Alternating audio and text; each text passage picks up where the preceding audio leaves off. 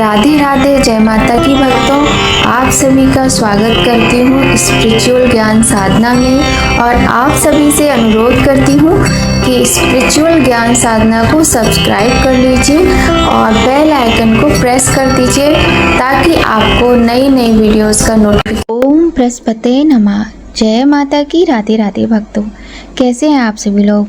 आशा करते हैं भगवान की कृपा से सभी लोग बहुत अच्छे होंगे। प्रिय भक्तों, आज बृहस्पतिवार का दिन है।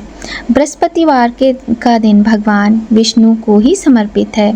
कहते हैं जो व्यक्ति हर गुरुवार भगवान बृहस्पति देव की पूजा करता है अथवा कथा सुनता है, गुरु बृहस्पति उसकी समस्त परेशानियों को दूर करके उस पर अपना आशीर्वाद बनाए रखते हैं।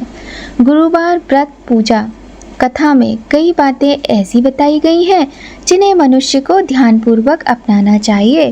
कहते हैं जो व्यक्ति श्रद्धा भाव से गुरुवार को भगवान विष्णु की पूजा करता है और गुरुवार व्रत की कथा पढ़ता या सुनता है, उसकी गरीबी और कष्ट को भगवान बृहस्पति देव, भगवान विष्णु अतिशीघ्र दूर करते हैं। प्रिय भक्तों, बृहस्पतिवार का व्रत किसी भी महीने के शुक्ल पक्ष से आप प्रारंभ कर सकते हैं। साथ ही इस दिन पीले रंग के वस्त्र पहनने चाहिए और इसके कुछ नियम हैं जिनका पालन करते हुए इस व्रत को करने से हमारी गरीबी दूर होती है, विद्या की प्राप्ति होती है, संतान की प्राप्ति होती है, शीघ्र विवाह होता है अथवा कोई भी मनोकामना हो वह अतिशीघ्र पूर्ण होती है। बृहस्पतिवार के दिन सूर्योदय से पहले उठें, नित्य कर्म से निवृत्त होकर पीले वस्त्र पहने, इसके बाद पूरे घर में गंगा जल छिड़कें। इसके बाद पूजा घर में श्री हरि विष्णु की मूर्ति या फिर चित्र स्थापित करें। फिर पीले रंग के गंध पुष्प और अक्षत चढ़ाएं। इसके बाद चना, गुड़ और मुनक्का चढ़ाकर विधि विधान से पूजन करें। ध्यान रखें भक्तों, चने की दाल इस दिन भगवान के भोग में अवश्य चढ़ानी चाहिए, जो कि पानी में भिगोकर रखी जाती है। इसके बाद धर्मशास्त्रार्थ तत्वज्ञ ज्ञान विज्ञान पारग विविधार्थे हराचिन्त्य देवाचार्य नमोस्तुते इस मंत्र का जाप करें। इसके बाद व्रत की कथा पढ़नी चाहिए और केले के पेड़ का पूजन इस दिन अवश्य ही करना चाहिए। मंत्रोच्चार के बाद भगवान बृहस्पति देव की कथा पढ़ें। आइए भक्तों, आज हम आपको सुनाते हैं अत्यंत पावन, बहुत ही पुण्यदायी कथा भगवान बृहस्पति देव की। आप सभी जानते ही हैं कि भगवान विष्णु का ही एक रूप भगवान बृहस्पति देव के रूप में माना जाता है। बृहस्पति देव वैसे तो एक ग्रह हैं, किंतु हमारी कुंडली में यदि बृहस्पति ग्रह का कोई दोष है तो हमें भगवान विष्णु के इस स्वरूप की पूजा अवश्य करनी चाहिए। आइए भक्तों, प्रारंभ करते हैं अत्यंत पावन, पुण्यदायी, सुखदायी पौराणिक कथा।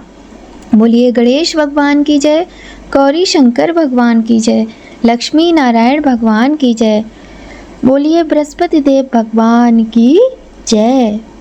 प्राचीन समय की बात है। भारतवर्ष में एक राजा राज्य करता था। वह बड़ा प्रतापी और दानी था। वह नित्य गरीबों और ब्राह्मणों की सेवा सहायता करता था।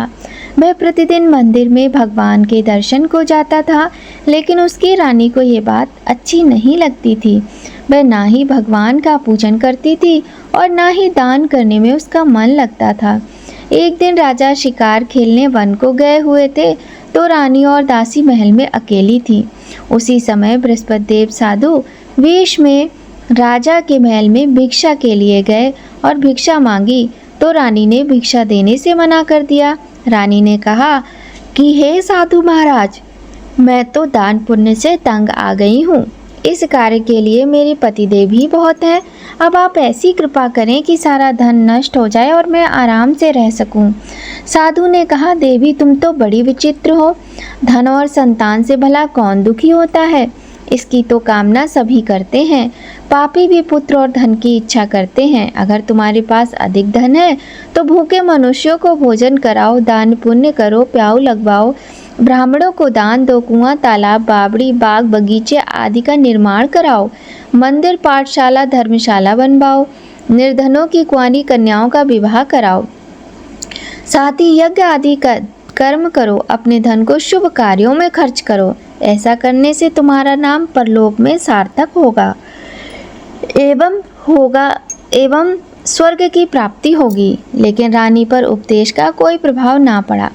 वह बोली, महाराज, मुझे ऐसे धन की आवश्यकता नहीं है जिसको मैं अन्य लोगों को दान दूं, जिसको रखने और संभालने में ही मेरा सारा समय और धन नष्ट हो जाए और मैं आराम से भी ना रह सकूं।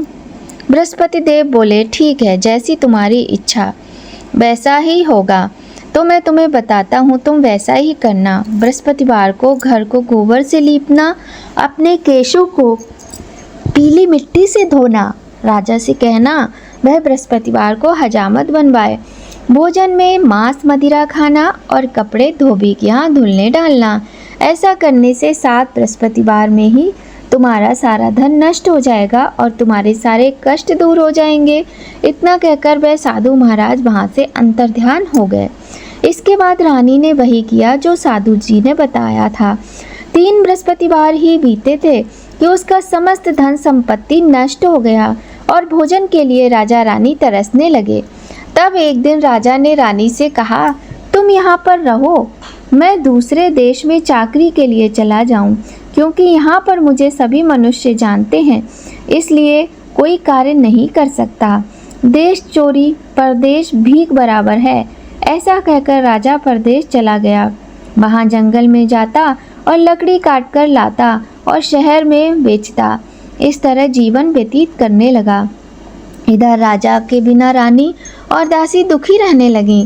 किसी दिन भोजन मिलता और किसी दिन जल पीकर ही रह जाती। एक समय जब रानी और दासियों को 7 दिन बिना भोजन के रहना पड़ा, तो रानी ने अपनी दासी से कहा, हे दासी, पास के नगर में मेरी बहन रहती है, वह बड़ी धनवान है, तू उसके पास जा और 5 सेर बेझर मांग कर ले आ, ताकि कुछ समय के लिए थोड़ा बहुत गुजर बसर हो जाएगी। दासी रानी की बहन के पास गई। उस दिन बृहस्पतिवार का दिन था।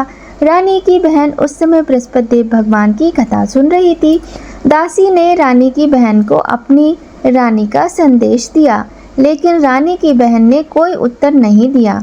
जब दासी को रानी की बहन से कोई उत्तर नहीं मिला, तो वह बहुत दुखी हुई और उसे क्रोध भी आया। दासी ने वापस आकर रानी को सारी बात बता दी। सुनकर रानी ने कहा कि हे दासी, इसमें उसका कोई दोष नहीं है। जब बुरे दिन आते हैं तब कोई सहारा नहीं देता। अच्छे बुरे का पता विपत्ति में ही लगता है। जो ईश्वर की इच्छा होगी वह होगा। ये सब हमारे भाग्य का दोष है। ये सब कहकर रानी ने अपने भाग्य को कोसा। उधर रानी की बहन ने सोचा कि मेरी बहन की दासी आई थी, लेकिन मैं उससे नहीं बोली, इससे वह बहुत दुखी हुई होगी। कथा सुनकर और पूजन समाप्त कर वह अपनी बहन के घर गई।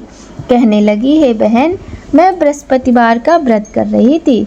तुम्हारी दासी जब गई, लेकिन जब तक कथा होती है तब तक ना उठते हैं और ना बोलते हैं, इसलिए मैं नहीं बोली। कहो दासी, क्यों गई थी? रानी बोली, बहन, हमारे घर अनाज नहीं है। ऐसा कहते कहते रानी की आंखें भर आईं। उसने दासियों समेत 7 दिन तक भूखे रहने की बात भी अपनी बहन को बता दी। इसलिए मैंने दासी को तुम्हारे पास 5 सेर बेझर लेने के लिए भेजा था। रानी की बहन बोली, बहन देखो, बृहस्पति देव सबकी मनोकामना पूर्ण करते हैं। देखो, शायद तुम्हारे घर में अनाज रखा हो। पहले तो रानी को विश्वास नहीं हुआ, परंतु बहन के आग्रह करने पर उसने दासी को अंदर भेजा। दासी घर के अंदर गई तो वहाँ पर उसे एक घड़ा बेझर से भरा हुआ मिल गया। उसे बड़ी हैरानी हुई। उसने बाहर आकर रानी को बताया। दासी रानी से कहने लगी, हे रानी, जब हमको भोजन नहीं मिलता तो हम व्रत ही तो करते हैं, इसलिए क्यों ना इनसे व्रत और कथा की विधि पूछ ली जाए, हम भी व्रत किया करेंगे। दासी के कहने पर रानी ने अपनी बहन से बृहस्पति व्रत के विषय में पूछा। उसकी बहन ने बताया, बृहस्पतिवार के व्रत में चने की दाल, गुड़ और मुनक्का से विष्णु भगवान का केले की जड़ में पूजन करना चाहिए और दिया जलाना चाहिए तथा कथा सुननी चाहिए।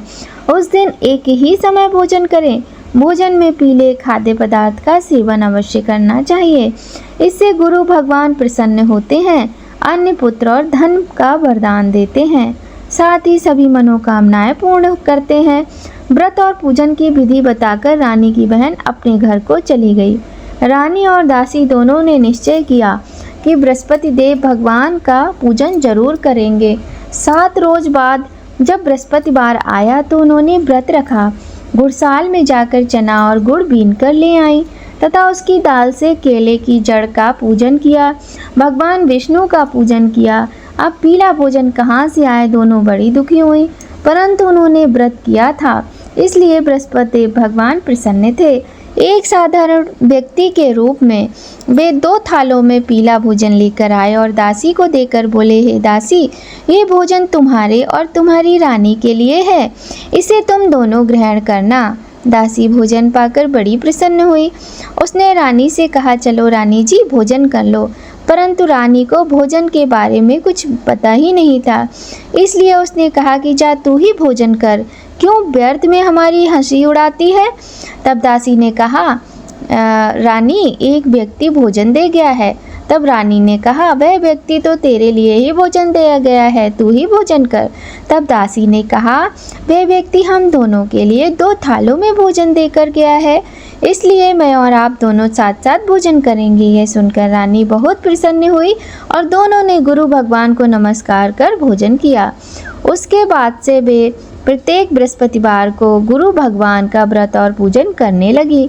बृहस्पति भगवान की कृपा से उनके पास धन हो गया, लेकिन रानी फिर पहले की तरह आलस्य करने लगी। तब दासी बोली, देखो रानी, पहले तुम इसी प्रकार आलस्य करती थी, तुम्हें धन रखने में कष्ट होता था, इस कारण सभी धन नष्ट हो गया। अब गुरु भगवान की कृपा से धन मिला है तो फिर तुम्हें आलस्य होता है। बड़ी मुसीबतों के बाद हमने ये धन पाया है, इसलिए हमें दान पुण्य करना चाहिए। अब तुम भूखे मनुष्यों को भोजन कराओ, प्याऊ लगवाओ, ब्राह्मणों को दान दो, कुआं, तालाब, बावड़ी और बाग बगीचे आदि का निर्माण कराओ, मंदिर, पाठशाला और धर्मशाला बनवाकर दान दो, निर्धनों की कुंवारी कन्याओं का विवाह कराओ, साथ ही यज्ञ आदि कर्म करो और अपने धन को शुभ कार्यों में खर्च करो, जिससे तुम्हारे कुल का यश बढ़ेगा और स्वर्ग प्राप्त होगा, पितर भी प्रसन्न होंगे। दासी की बात मानकर रानी शुभ कर्म करने लगी, उसका यश फैलने लगा। एक दिन रानी और दासी आपस में विचार करने लगी कि ना जाने राजा किस दशा में होंगे, उनकी कोई खोज खबर भी नहीं है। उन्होंने श्रद्धा पूर्वक बृहस्पति देव भगवान से प्रार्थना की कि राजा जहाँ कहीं भी हो शीघ्र वापस आ जाएं। उसी रात्रि को बृहस्पति देव ने राजा को स्वप्न में कहा कि हे राजा, उठ, तेरी रानी तुझे याद करती है, अपने देश को लौट जा। राजा प्रातःकाल उठा और जंगल से लकड़ी काटने के लिए जंगल की ओर चल पड़ा। जंगल से गुजरते हुए विचार करने लगा कि रानी की गलती से उसे कितने दुख भोगने पड़े। राजपाट छोड़कर जंगल में आकर रहना पड़ा, जंगल से लकड़ी काटकर शहर में बेचकर गुजारा करना पड़ा।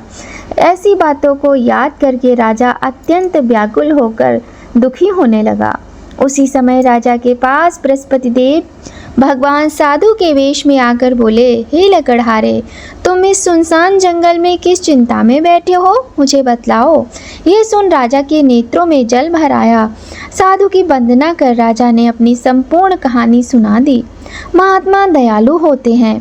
वे राजा से बोले, हे राजा, तुम्हारी पत्नी ने बृहस्पति देव के प्रति अपराध किया था, जिसके कारण तुम्हारी ये दशा हुई है। अब तुम चिंता मत करो, भगवान तुम्हें पहले से अधिक धन देंगे। देखो, तुम्हारी पत्नी ने बृहस्पतिवार का व्रत शुरू कर दिया है। अब तुम भी बृहस्पतिवार के व्रत में चने की दाल, गुड़ और मुनक्का से विष्णु भगवान का केले के वृक्ष की जड़ में पूजन करो और दिया जलाकर कथा सुनो। उस दिन एक ही समय भोजन करना, लेकिन भोजन में पीले खाद्य पदार्थ का सेवन अवश्य करना। भगवान तुम्हारी सभी कामनाओं को पूर्ण करेंगे। साधु की बात सुनकर राजा बोला, हे प्रभु, लकड़ी बेचकर तो इतना पैसा नहीं बचता जिससे भोजन के उपरांत कुछ बचा सकूं। मैंने रात्रि में अपनी रानी को व्याकुल देखा है। मेरे पास कोई साधन नहीं जिससे उसका समाचार जान सकूं। फिर मैं कौन सी कहानी कहूँ, मुझे कुछ भी नहीं मालूम है। साधु ने कहा, हे राजा, मन में बृहस्पति भगवान की पूजन व्रत का निश्चय करो, वे स्वयं तुम्हारे लिए कोई राह निकाल देंगे। बृहस्पतिवार के दिन तुम रोजाना की तरह लकड़ियां लेकर शहर में जाना, तुम्हें रोज से दुगना धन प्राप्त होगा, जिससे तुम भली भांति भोजन भी कर लोगे और बृहस्पति देव की पूजा की सामग्री भी आ जाएगी। इतना कहकर साधु महात्मा अंतर्ध्यान हो गए। धीरे धीरे समय व्यतीत होने पर फिर बृहस्पतिवार का दिन आया। लकड़हारा जंगल से लकड़ी काटकर किसी शहर में बेचने गया। उसे उस दिन और दिन की अपेक्षा अधिक पैसा मिला। राजा ने चने की दाल, गुड़ और मुनक्का लाकर गुरुवार का व्रत किया। उस दिन से उसके सभी क्लेश दूर होने लगे। परंतु जब दोबारा गुरुवार का दिन आया तो वह बृहस्पति देव भगवान का व्रत करना भूल गया। इस कारण बृहस्पति भगवान नाराज हो गए। उस दिन उस नगर के राजा ने विशाल यज्ञ का आयोजन किया था तथा शहर में ये घोषणा करा दी कि कोई भी मनुष्य अपने घर में भोजन न बनावे, न आग जलावे। समस्त जनता मेरे यहाँ भोजन करने आए। इस आज्ञा को जो ना मानेगा उसे फांसी की सजा दी जाएगी। इस तरह की घोषणा संपूर्ण नगर में करवा दी गई। राजा की आज्ञा अनुसार शहर के सभी लोग भोजन करने गए, लेकिन लकड़हारा कुछ देर से पहुंचा, इसलिए राजा उसको अपने साथ घर ले गए और ले जाकर भोजन करा रहे थे कि रानी की दृष्टि उस खूंटी पर पड़ी जिस पर उसका हार लटका हुआ था। वह वहां पर दिखाई न दिया। रानी ने निश्चय किया कि मेरा हार इसी मनुष्य ने चुरा लिया है। उसी समय सिपाहियों को बुलाकर उसको कारागार में डलवा दिया। जब लकड़हारा कारागार में पड़ गया और बहुत दुखी होकर विचार करने लगा कि ना जाने कौन से पूर्व जन्म के कर्म से मुझे ये दुख प्राप्त हुआ है, और उसी साधु को याद करने लगा जो जंगल में मिला था। उसी समय तत्काल बृहस्पति देव भगवान साधु के रूप में प्रकट हुए और उसकी दशा को देखकर कहने लगे, अरे मूर्ख, तूने बृहस्पति देव की कथा नहीं की, इस कारण तुझे दुख प्राप्त हुआ है। अब चिंता मत कर। बृहस्पति भगवान ने जब तुझे ये दुख दिया है तो वही तेरे दुख को दूर भी करेंगे। बृहस्पतिवार के दिन कारागार के दरवाजे पर तुझे 4 पैसे पड़े मिलेंगे। उनसे तू भगवान बृहस्पति देव की पूजा करना तो तेरे सभी कष्ट दूर हो जाएंगे। बृहस्पतिवार के दिन उसे 4 पैसे पड़े मिले। लकड़हारे ने कथा कही। उसी रात्रि को बृहस्पति देव ने उस नगर के राजा को स्वप्न में कहा, हे राजा, तुमने जिस आदमी को कारागार में बंद कर दिया है वह निर्दोष है, वह राजा है, उसे छोड़ देना। रानी का हार उसी खूंटी पर लटका हुआ है। अगर तू ऐसा नहीं करेगा तो मैं तेरे राज्य को नष्ट कर दूंगा। इस तरह रात्रि के स्वप्न को देखकर राजा प्रातःकाल उठा और खूंटी पर हार देखकर लकड़हारे को बुलाकर क्षमा मांगी तथा लकड़हारे को योग्य सुंदर वस्त्र आभूषण देकर विदा कर दिया। बृहस्पति देव की आज्ञा अनुसार लकड़हारा अपने नगर को चल दिया।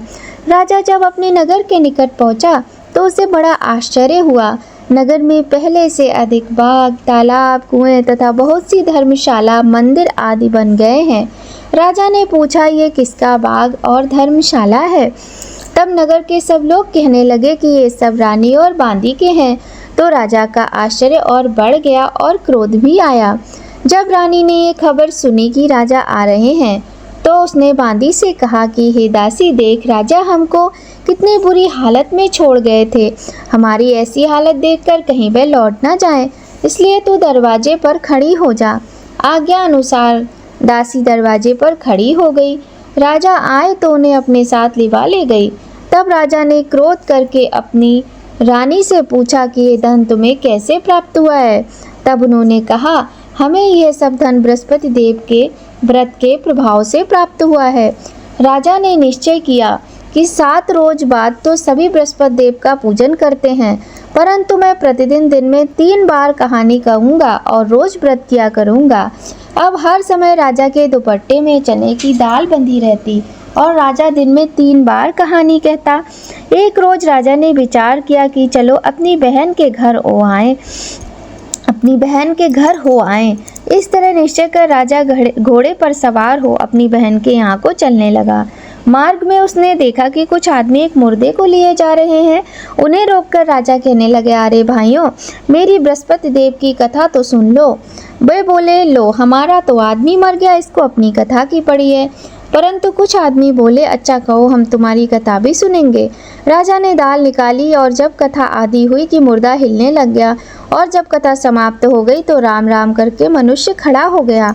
आगे मार्ग में उसे एक किसान खेत में हल चलाता मिला। राजा ने उसे देख उससे कहा, अरे भैया, तुम मेरी बृहस्पतिवार की कथा सुन लो। किसान बोला, जब तक मैं तेरी कथा सुनूंगा तब तक 4 हरैया जोत लूंगा, जा अपनी कथा किसी और को सुनाना। इस तरह राजा जैसे ही आगे चलने लगा, राजा के हटते ही बैल पछाड़ खाकर गिर गए तथा किसान के पेट में बड़ी जोर से दर्द होने लगा। उस समय उसकी माँ रोटी लेकर आई। उसने जब ये देखा तो अपने पुत्र से सब हाल पूछा। बेटे ने सब कुछ बता दिया। बुढ़िया दौड़ी दौड़ी उस घुड़सवार के पास गई और उससे बोली कि मैं तेरी कथा सुनूंगी, तू अपनी कथा मेरे खेत पर चलकर कहना। राजा ने बुढ़िया के खेत पर जाकर कथा कही, जिसके सुनते ही उसके बैल उठ खड़े हुए और किसान के पेट का दर्द भी बंद हो गया। अब राजा अपनी बहन के घर पहुंचा। बहन ने भाई की खूब मेहमानी की। दूसरे रोज प्रातःकाल राजा जगा तो वह देखने लगा कि सभी लोग भोजन कर रहे हैं। राजा ने अपनी बहन से कहा कि कोई ऐसा मनुष्य है जिसने भोजन ना किया हो, मेरी बृहस्पतिवार की कथा सुन ले। बहन बोली, भैया, ये देश ऐसा ही है, पहले लोग यहाँ भोजन करते हैं, बाद में अन्य काम करते हैं। अगर कोई पड़ोस में हो तो देख आती हूँ। वह ऐसा कहकर देखने चली गई, परंतु उसे कोई ऐसा व्यक्ति नहीं मिला जिसने भोजन ना किया हो। अतः वह एक कुमार के घर गई जिसका लड़का बीमार था। उसे मालूम ही हुआ कि उनके यहाँ 3 रोज से किसी ने भोजन नहीं किया है। रानी ने अपने भाई की कथा सुनने के लिए कुम्हार से कहा तो वह तैयार हो गया। राजा ने जाकर बृहस्पतिवार की कथा कही, जिसको सुनकर उसका लड़का ठीक हो गया। अब तो राजा की चारों ओर प्रशंसा होने लगी। एक रोज राजा ने अपनी बहन से कहा कि हे बहन, अब हम अपने घर को जाएंगे, तुम भी तैयार हो जाओ। राजा की बहन ने अपनी सास से कहा। सास ने कहा, हाँ चली जा, परंतु अपने लड़कों को मत ले जाना, क्योंकि तेरे भाई के कोई औलाद नहीं है। बहन ने अपने भैया से कहा, हे भैया, मैं तो चलूंगी पर कोई बालक नहीं जाएगा। राजा बोला, जब बालक नहीं जाएगा तब तुम क्या करोगी? बड़े दुखी मन से राजा अपने नगर को लौट आया। राजा ने अपनी रानी से कहा, हम निर्वंशी हैं, हमारा मुंह देखने का धर्म नहीं है और कुछ भोजन आदि नहीं किया। रानी बोली, हे प्रभु, बृहस्पति देव ने हमें सब कुछ दिया है, वह हमें औलाद अवश्य देंगे। उसी रात को बृहस्पति देव ने राजा से स्वप्न में कहा, हे राजा, उठ, सभी सोच को त्याग दे, तेरी रानी गर्भ से है। राजा की यह बात सुनकर बड़ी खुशी हुई। जब राजा ने यह बात सुनी, 9वें महीने में उसके गर्भ से एक सुंदर पुत्र प्राप्त हुआ। तब राजा बोला, हे रानी, स्त्री बिना भोजन के रह सकती है, पर बिना कहे नहीं रह सकती। जब मेरी बहन आए तो तुम उससे कुछ ना कहना। रानी ने सुनकर हाँ कर दिया। जब राजा की बहन ने ये शुभ समाचार सुना तो वह बहुत खुश हुई और बधाई लेकर अपने भैया के यहाँ आई। तब रानी ने कहा, घोड़ा चढ़कर तो नहीं आई, गधा चढ़ी आई। राजा की बहन बोली, भाभी, मैं इस प्रकार न कहती तो तुम्हें औलाद कैसी होती? बृहस्पति देव ऐसे ही हैं, जैसे जिसकी मनोकामनाएं होती हैं सभी को पूर्ण करते हैं। जो सद्भावना पूर्वक बृहस्पतिवार की व्रत करता है, कथा पढ़ता या सुनता है और दूसरों को सुनाता है, बृहस्पति देव भगवान उसकी समस्त मनोकामनाएं पूर्ण करते हैं। आइए भक्तों, अब हम सुनाते हैं बृहस्पति देव भगवान की दूसरी कथा। बोलिए गणेश भगवान की जय, बृहस्पति देव भगवान की जय। प्राचीन काल में एक ब्राह्मण रहता था। वह बहुत निर्धन था, उसके कोई संतान नहीं थी। उसकी स्त्री बहुत ही मलिनता के साथ रहती थी, ना तो वह स्नान करती और ना ही देवताओं का पूजन करती। इससे ब्राह्मण देव बड़े ही दुखी रहते थे। बेचारे बहुत कुछ कहते थे, किंतु उसका कुछ परिणाम न निकलता। भगवान की कृपा से ब्राह्मण की स्त्री के कन्या रूपी रत्न पैदा हुआ। कन्या बड़ी होने पर प्रातः स्नान करके विष्णु भगवान का जाप व बृहस्पतिवार का व्रत करने लगी। अपने पूजन पाठ को समाप्त करके विद्यालय जाती तो अपनी मुट्ठी में जौ भर के ले जाती और पाठशाला के मार्ग में डालती जाती। जब वापस आती तो ये जौ स्वर्ण के हो जाते और वह उन्हें बीनकर घर ले आती थी। एक दिन वह बालिका सूप में उस सोने के जौ को फटक कर साफ कर रही थी कि उसके पिता ने देख लिया और कहा, हे बेटी, सोने के जौ के लिए सोने का सूप भी तो होना चाहिए। दूसरे दिन बृहस्पतिवार था। इस कन्या ने व्रत रखा और बृहस्पति देव से प्रार्थना की, मैंने आपकी पूजा यदि सच्चे मन से की हो तो मुझे सोने का सूप दे दो। बृहस्पति देव ने उसकी प्रार्थना को स्वीकार कर लिया। रोजाना की तरह वह कन्या जौ फैलाती हुई जाने लगी। जब लौटकर जौ बीन रही थी तो उसे रास्ते में बृहस्पति देव की कृपा से सोने का सूप मिला। उसे वह घर ले आई और उसमें जौ साफ करने लगी, परंतु उसकी माँ का वही ढंग रहा। एक दिन की बात है कि वह कन्या सोने के सूप में जौ साफ कर रही थी। उसी समय उस शहर का राजपुत्र वहां से होकर निकला। इस कन्या के रूप को और कार्य को देखकर वह मोहित हो गया तथा अपने घर आकर भोजन और जल का त्याग कर उदास होकर लेट गया। राजा को इस बात का पता चला तो अपने प्रधानमंत्री के साथ उसके पास गया और बोले, हे बेटा, तुम्हें किस बात का कष्ट है? किसी ने अपमान किया है अथवा और कोई कारण है? जो भी है मुझसे कहो, मैं वही कार्य करूँगा जिससे तुम्हें प्रसन्नता होगी। अपने पिता की राजकुमार ने बातें सुनी तो वह बोला, मुझे आपकी कृपा से किसी बात का दुख नहीं है। मेरा किसी ने अपमान नहीं किया है, परंतु मैं उस लड़की से विवाह करना चाहता हूँ जो सोने के सूप में जौ साफ कर रही थी। यह सुनकर राजा आश्चर्य में पड़ गया और बोला, हे बेटा, इस तरह की कन्या का पता तो तुम ही लगाओ, मैं उसके साथ तुम्हारा विवाह अवश्य ही कर दूंगा। राजकुमार ने उस लड़की के घर का पता बतलाया। तब मंत्री उस लड़की के घर गए और ब्राह्मण देवता को सभी हाल बताया। ब्राह्मण देवता राजकुमार के साथ अपनी कन्या का विवाह करने के लिए तैयार हो गए तथा विधि विधान के अनुसार ब्राह्मण की कन्या का विवाह राजकुमार के साथ हो गया। कन्या के घर से जाते ही वहां पहले की भांति उन ब्राह्मण देवता के घर में गरीबी का वास हो गया। अब भोजन के लिए भी अन्न बड़ी मुश्किल से मिलता था। एक दिन दुखी होकर ब्राह्मण देव अपनी पुत्री के पास गए। पुत्री ने पिता की दुखी अवस्था को देखा और अपनी माँ की का हाल पूछा। तब ब्राह्मण देव ने सभी हाल कह सुनाया। कन्या ने बहुत सा धन देकर अपने पिता को विदा कर दिया। इस तरह ब्राह्मण का कुछ समय सुखपूर्वक व्यतीत हो गया। कुछ दिन बाद फिर वही हाल हो गया। ब्राह्मण फिर अपनी कन्या के यहाँ गया और सारा हाल कहा तो वह बोली, हे पिताजी, आप माताजी को यहाँ लिवा लाओ, मैं उन्हें विधि बता दूंगी जिससे गरीबी दूर हो जाए। ब्राह्मण देवता अपनी स्त्री को साथ लेकर पहुँचे तो माँ को वह समझाने लगी, हे माँ, तुम प्रातःकाल प्रथम स्नान आदि करके विष्णु भगवान का पूजन करो तो सब दरिद्रता दूर हो जाएगी। परंतु उसकी माँ ने एक भी बात नहीं मानी और प्रातःकाल उठकर अपनी पुत्री के बच्चों की जूठन को खा लिया। इससे इसकी पुत्री को भी बहुत गुस्सा आया और उसने एक रात को कोठरी से सभी सामान बाहर निकालकर अपनी माँ को उसमें बंद कर दिया।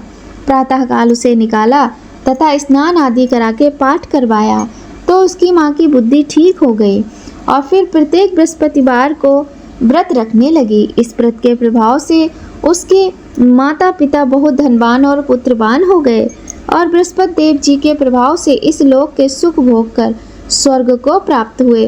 बोलिए बृहस्पति देव भगवान की जय। बोलिए विष्णु भगवान की जय। आइए भक्तों, जब भी हम कोई कथा करते हैं, व्रत करते हैं, तो अंत में हमें आरती अवश्य करनी चाहिए। आइए करते हैं बृहस्पति देव भगवान की आरती। ओम जय बृहस्पति देवा, स्वामी जय बृहस्पति देवा, छिन छिन भोग लगाऊं कदली फल मेवा। ओम जय बृहस्पति देवा, तुम पूर्ण परमात्मा, तुम अंतर्यामी स्वामी, तुम अंतर्यामी, जगत पिता जगदीश्वर, तुम सबके स्वामी। ओम जय बृहस्पति देवा, चरणामृत निज निर्मल, सब पातक हरता स्वामी, सब पातक हरता, सकल मनोरथ दायक, कृपा करो भरता। ओम जय बृहस्पति देवा, तन मन धन अर्पण कर, जो जन शरण पड़े प्रभु, जो जन शरण पड़े प्रभु, प्रकट तब हो होकर आकर द्वार खड़े। ओम जय बृहस्पति देवा, दीन दयाल दयानिधि भक्तन हितकारी। स्वामी भक्तन हितकारी, पाप दोष सब हरता भव बंधन हारी। ओम जय बृहस्पति देवा, सकल मनोरथ दायक सब संशय हारो। स्वामी सब संशय हारो, विषय विकार मिटाओ संतन सुखकारी। ओम जय बृहस्पति देवा, जो कोई आरती तेरी प्रेम सहित गावे। स्वामी प्रेम सहित गावे, ज्येष्ठानंद आनंद कर सो निश्चय पावे। ओम जय बृहस्पति देवा, स्वामी जय बृहस्पति देवा। बोलिए बृहस्पति देव भगवान की जय।